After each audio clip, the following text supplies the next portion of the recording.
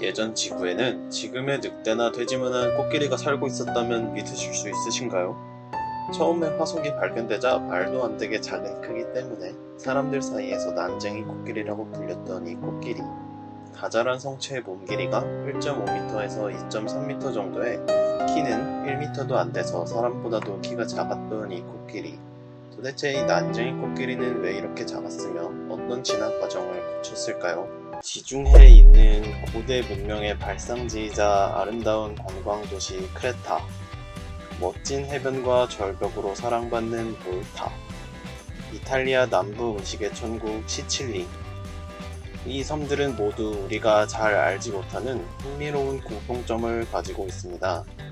바로 이 섬들의 난쟁이 코끼리들이 살았었다는 것입니다. 15세기 학자들이 처음 난쟁이 코끼리 화석을 발견했을 때는 이 코끼리들의 큰 콧구멍을 보고 시클로프스의 화석이 아닌가 했다는 말이 있을 정도로 이 코끼리는 코끼리로 보기에는 작아도 너무 작았습니다. 하지만 오랜 연구가 거듭되면서 19세기에 이르러서야 이 코끼리의 골격은 사실상 일직선 어금니 코끼리와 같은 종의 코끼리 골격이라는 것을 밝혀내게 되었습니다. 78만 년 전에서부터 3만 년 전까지 유럽에는 일직선 어금니 코끼리라고 불리는 팔라에오록소돈 속의 팔라에오록소돈 안티쿠스가 살고 있었습니다. 이들은 키가 4m가 넘고 몸무게는 12톤이 넘었는데요. 현재 아프리카에 살고 있는 아프리카 숲코끼리 록소돈타 아프리카나의 키가 3에서 4m에 몸무게가 3에서 8톤인 것을 생각하면 굉장히 큰 체격을 가지고 있었던 것입니다. 12톤의 거대 코끼리와 키가 1m도 안 되는 난쟁이 코끼리가 같은 종이라니 믿기시나요? 약 40배 정도의 몸무게 차이가 나는 이 두 코끼리는 어떤 영문으로 이렇게 달라져 버린 걸까요? 그 원인은 놀랍게도 지중해의 소멸과 관련이 있습니다. 지중해는 지브롤터 해협이라는 좁은 바다로 대서양과 연결되어 있습니다. 지브롤터 해협은 그 폭이 23km에 불과한데요. 입구가 좁은 지중해는 쉽게 막힐 수 있는 구조입니다. 우리 인간이 진화하고 거대 포유류들이 출현했던 신생대 제4기, 약 258만 년 전부터 1만 년 전의 플라이스토세 기간 동안 지구에는 수차례의 수만 년 단위로 빙하기가 찾아왔었습니다. 빙하기 동안 남북극의 영구 동토층이 확대되고 만년설도 저위도 지역까지 확장되었습니다. 이렇게 지구 표면의 액체상의 물이 줄어들면서 해수면의 높이도 낮아지게 되었는데요. 낮아진 해수면의 지브롤터 해협을 둘러싼 지각판이 움직이면서 지각이 상승하고 지브롤터 해협은 막히게 되었습니다. 이렇게 지브롤터 해협이 막히면서 지중해가 여러 차례 바다에서 호수로 변했습니다. 게다가 지중해 지역은 대단히 건조한 지역인데요. 강수량이 적기 때문에 육지에 갇힌 지중해는 지금의 사해와 같은 상태가 되었습니다. 유입되는 강물보다 증발량이 많아 바닷물이 사라지고 엄청난 양의 소금이 바닥에 퇴적되었습니다.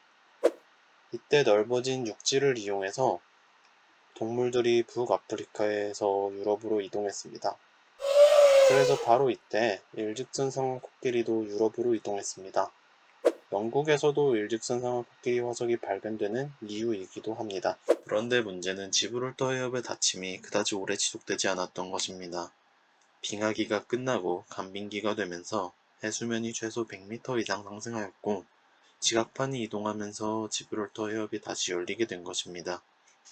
이렇게 내륙 호수였던 지중해가 다시 바다가 되었습니다. 일반적으로 물이 빠지는 것은 오래 걸리지만 물이 들어오는 것은 훨씬 더 빠르게 진행됩니다. 지중해 지역에 갑자기 대서양 바닷물이 밀려 들어왔고 이때 바닷물이 들어오는 속도는 대단히 빨랐습니다. 마치 서해안에 밀물이 들어오듯 바닷물이 밀려 들어왔습니다. 워낙 순식간이라 동물들이 새로운 환경에 적응할 시간이 많지 않았고 이동 속도가 빠른 개체들이나 수영에 능한 생물들은 재빨리 육지로 이동했지만 이동 속도가 느리거나 수영에 능하지 않은 개체들은 변해버린 환경에서 죽거나 지대가 높은 곳에 생성된 섬으로 피신했습니다. 하지만 이렇게 섬에 갇혀 목숨을 건진 동물들은 그대로 수만 년간 섬에 고립되어 버립니다.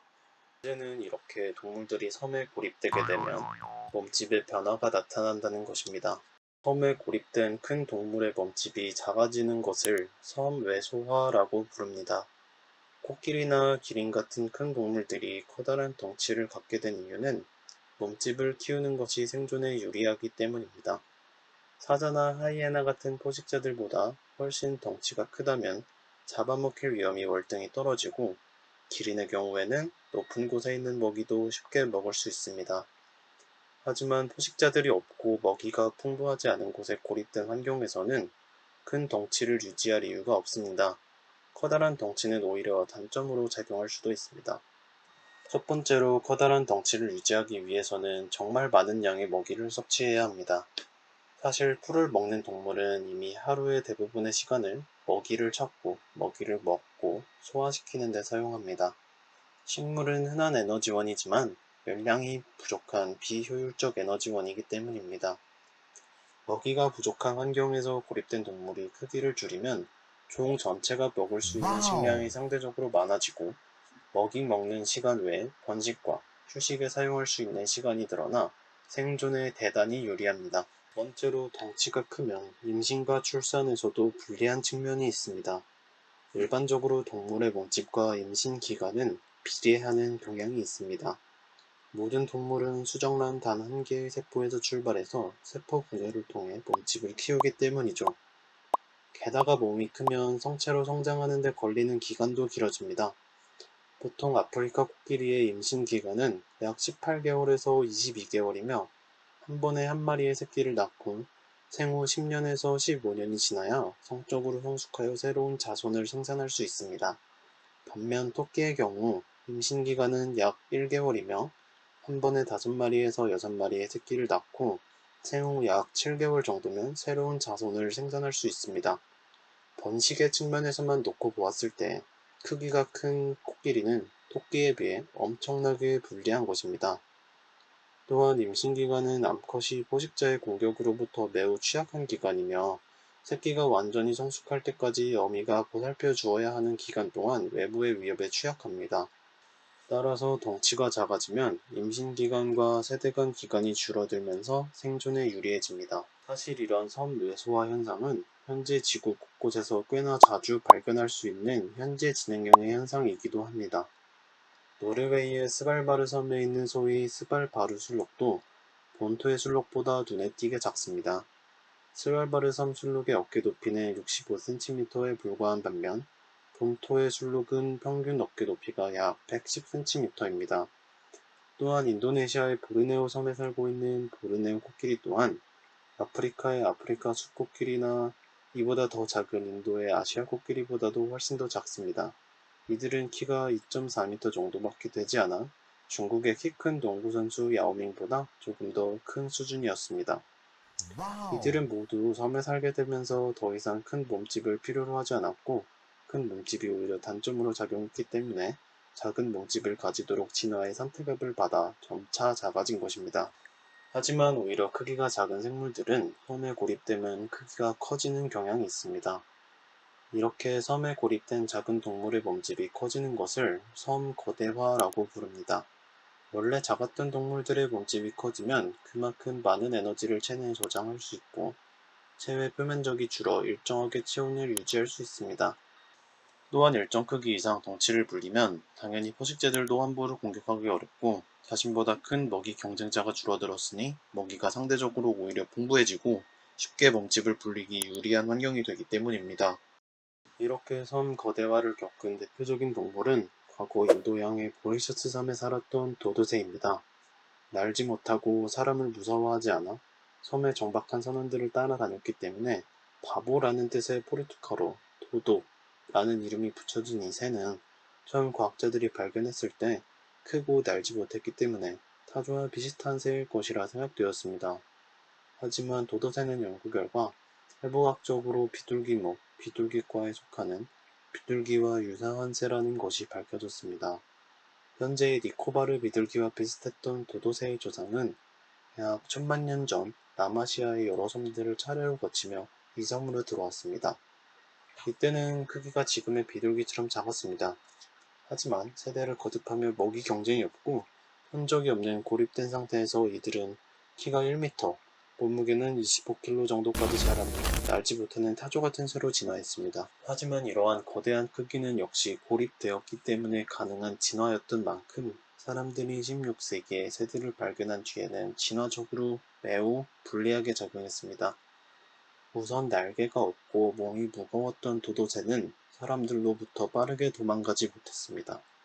또한 사람들과 함께 들어온 개, 쥐, 고양이에 의해 손쉽게 둥지의 알들은 약탈당했고 이들과의 먹이 경쟁에서도 밀렸습니다. 결국 1681년 이후 도도새는 더 이상 찾아볼 수 없게 되었는데요. 이렇게 수백만 년간 섬에서 진화하며 살았던 도도새가 사람에 의해 발견된 지 200년도 안 되어 멸종하게 된 것입니다. 오늘은 섬에 고립된 생물들이 커지거나 작아지면서 어떻게 진화하는지 알아보았는데요. 이렇듯 진화는 항상 같은 방향으로 흐르지 않고 상황에 따라 언제든지 변화한다는 것을 알 수 있습니다. 과거의 지중해의 섬들에 고립되어 생존을 위해 크기를 줄여나갔던 난쟁이 코끼리들. 그들은 지금 더 이상 볼 수 없지만 지금 여러분이 영상을 보는 이 순간에도 지구 곳곳에서는 이런 진화들이 끊임없이 일어나고 있습니다. 비록 느리긴 하지만 항상 변화하는 지구의 생명체들, 그것이 아마 진화가 가진 가장 큰 매력이 아닐까 싶습니다. 끝까지 봐주셔서 감사합니다. 재밌게 보셨다면 좋아요와 구독하기를 눌러주세요.